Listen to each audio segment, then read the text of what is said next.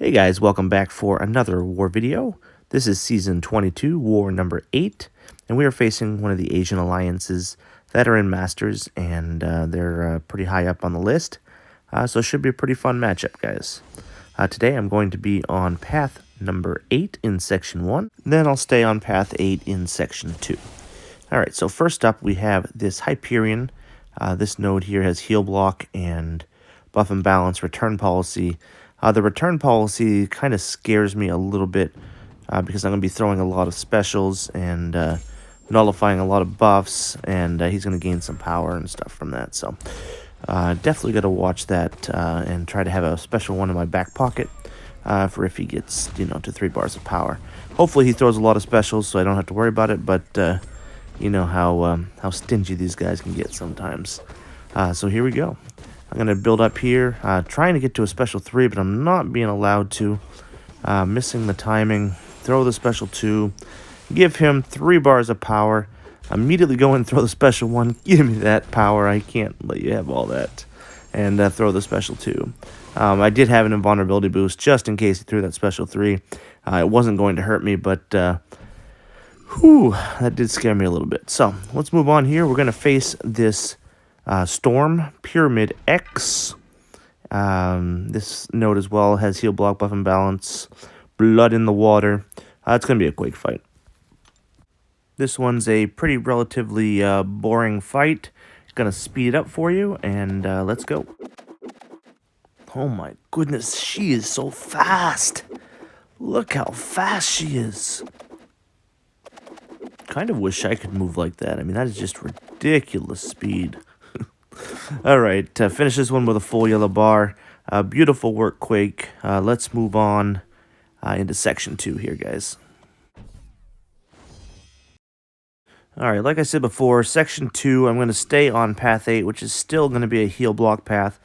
So keeping suicides off here and moving on into Section 2. First fight here, we have this Magic. This is going to be a Quake fight. I do Quake so she doesn't gain any power, which means she cannot get Limbo and degen me like nobody else. So here we go.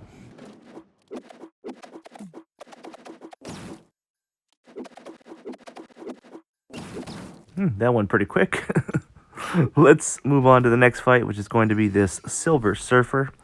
I'm going to bring in Doom for this fight. This, again, is a buff and balance weakness, and Rich Get Richer, heal block. Definitely a Doom fight here.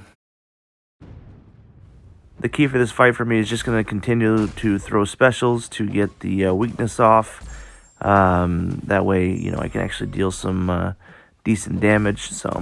And try to remove any buffs that he has to keep the buff and balance into control. But we will see how it goes. Throw the special 1, brings me up to 2 bars of power. Going to build up to a special 3 and launch it. Looking pretty good at the start of the fight. Very happy so far. Throwing down my energy blast on top of the Surfer. He does not know what's going on right now. Going to go medium, medium, light, light, light, medium, medium, special 1. Hold the special 2, going to build up to another special 3, get the double fury, throw it, and deal some massive damage. This might be the end of the Silver Surfer as we know it. One more energy blast, throwing down on the Surfer, and he is gone. Great fight for Doom here. Let's move on to the next one. Alright, so this is the fight that I was most worried about when I got my assignments. I pretty much thought Taters was nuts by giving me this fight. First of all, I'm going to place a couple debuffs on here. I'm going to place the Petrification Ray as well as the debuff Siphoner. This will help my Quake control power as well as deal some more damage on her Aftershocks. And that's right. I'm going to bring in Quake for this fight, even though it's a powerful from afar node. And the theory behind this is that he's going to be in rage for most of the fight and be very close to me all the time, and won't get away from me. All right, so that being said, I mean, that sounds great in theory, but how does it work in actuality? I did pop on an invulnerability boost because I know I can tank a couple special ones if I do that, which is fine. I made a mistake of pairing here, giving him bar power, which obviously is going to mean he's going to throw his first special one and claw me in the face, which is fine. First invulnerability boost used up, but he is in his rage mode now, Berserk, and he really does stay pretty close to me throughout the fight. Obviously, I can't stun him in this situation, but as long as he stays close to me, he's not going to get any power, and I think this is going to work. If not, I still do have 2 more invulnerability boosts to protect myself, but not going to be needed. He's going to stay pretty close to me. I'm not going to gain any more power, so it's just that first one in the beginning, and looks pretty good. He's on his way down. Maybe 1 or 2 more aftershock cycles, and we're going to call this a fight. Will he go down on the next one? Let's find out. Yes. All right, good. All right, we got him down. That was the fight I was most concerned about.